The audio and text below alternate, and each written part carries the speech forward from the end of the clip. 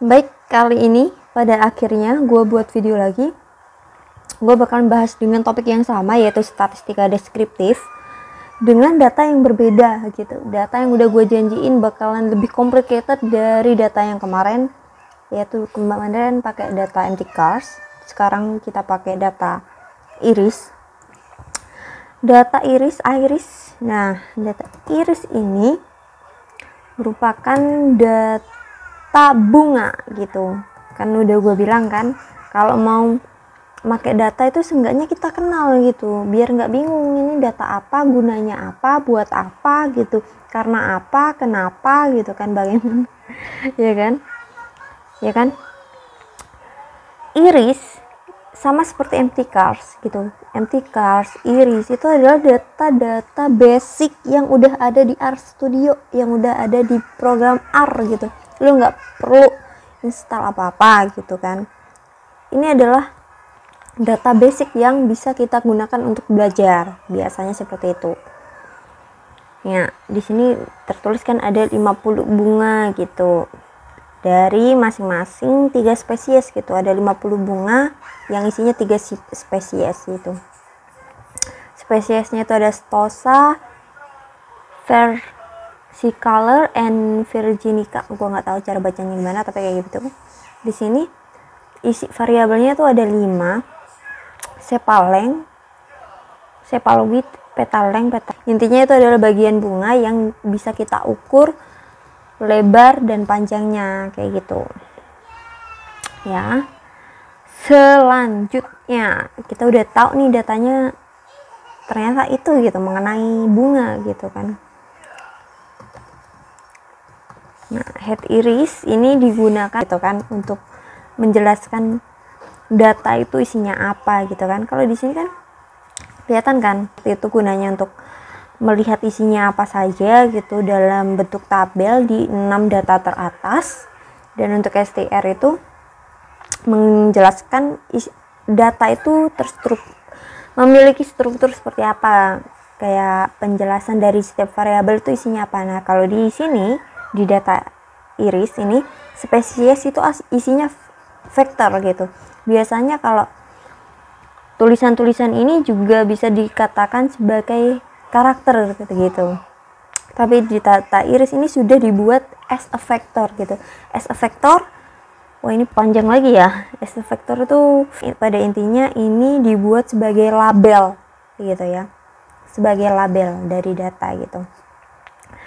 Terus di sini ada 4 variabel yang isi datanya itu berbentuk numerik ya, berbentuk nomor gitu, yang nomornya itu bukan bilangan bulat. Oke. Selanjutnya kita langsung masuk ke statistika deskriptifnya. Yang pertama ya, kita lihat yang kemarin tuh kita bahas apa, karena ini sudah terlalu lama. Dilihat dari gaya rambut saya juga bisa dapat kita ketahui bahwa pembuatan video ini berjangka lama ya, dari video pertama. Yang pertama itu urutkan. Wah, kalau sudah mencangkup data yang besar, pengurutan data itu sudah tidak diperlukan, bro. Namanya juga pakai aplikasi kok masih mengurutkan, ya kan?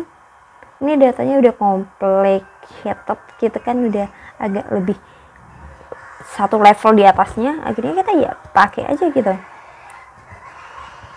langsung ke min.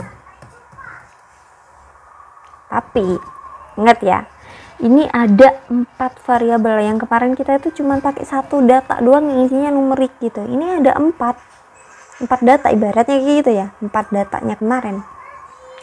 Jadi kita panggil satu-satu ini. Wah, ini juga basic ya dari penggunaan. Nah, di sini diketahui bahwa di data iris panjang rata-rata sepal pada kelopak bunga itu sebesar 5,8 gitu kan.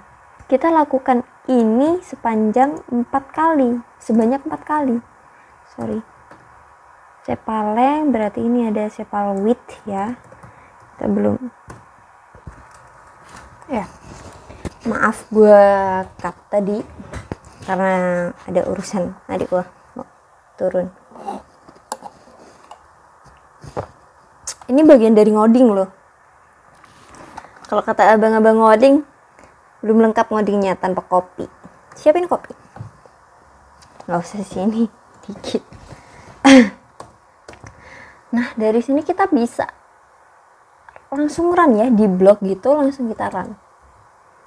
Langsung ketahuan kan rata-ratanya semuanya dari Sepaleng, Sepalwit, Petaleng, Petalwit gitu kan. Gampang itu bro, pakai RStudio bro. Nah, terus kita cari modusnya. Iya, modusnya sama gini. Biar gue kasih tahu ya.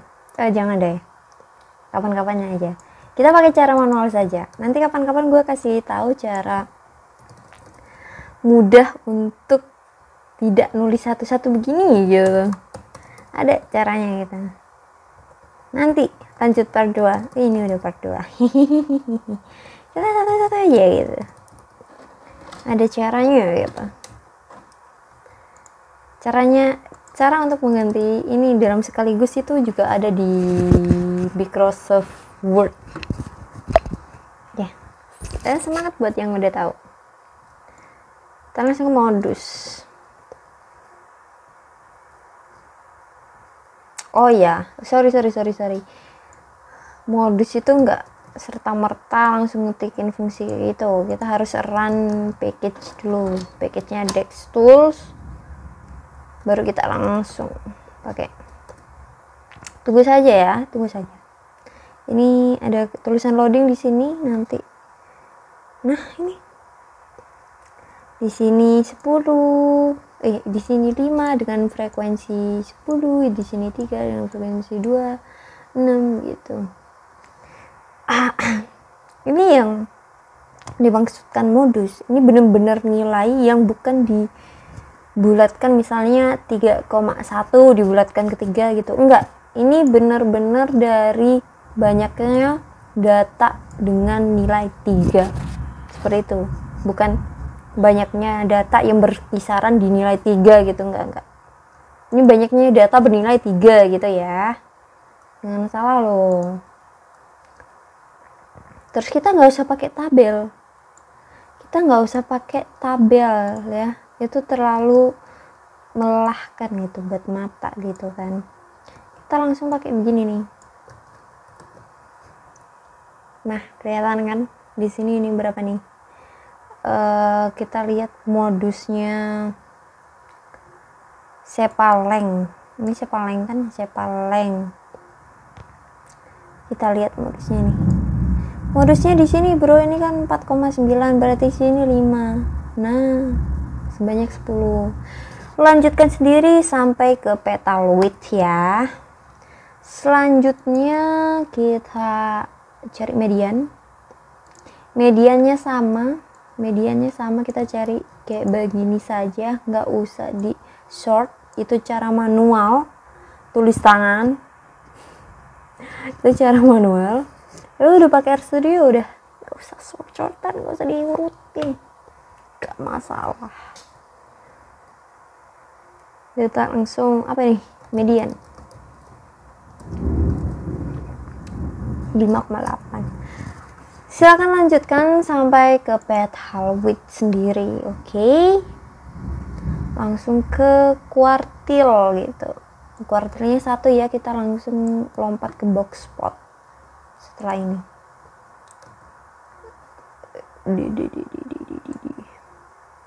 Sumpah ini ada cara cepatnya loh ini.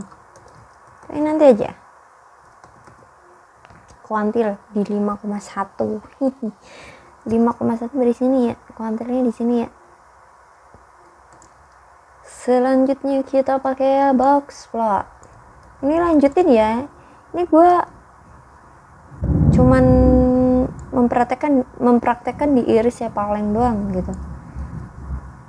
Lu lanjutin ya, jangan malas, latihan. Nah, di sini nih terlihat lebih cantik bukan gitu. Jadi di sini ada rentangnya ini loh. Itu kita pakai box plot ini, kita tanya. nggak ada rentangnya karena bilangannya bulat dan sedikit gitu. Oke, begini lebih cantik gitu. Di sini udah kelihatan kuantil 1, kuantil 2, kebalik kuantil 1, kuantil 2, kuantil 3, ya kan. Di sini data maksimalnya, di sini data minimumnya gitu. Yang kemarin kan data minimum itu sama dengan Q1 gitu kan, karena sedikitnya data dan tidak beragamnya numerik yang ada di data tersebut gitu. Sekarang berlanjut ke sini, kita pakai summary. Nah, ini berguna loh untuk buat nulis penelitian, for information saja gitu, nggak serta merta statistika deskriptif. Statistika deskriptif ini berguna bukan hanya untuk mahasiswa statistika saja ya, di semua penelitian kan pakai statistika, apalagi statistika deskriptif ini tuh fondasi dasar pengetahuan mengenai data gitu. Lu nggak kenal datanya lu pakai buat penelitian kan pintar. Oke, semangat.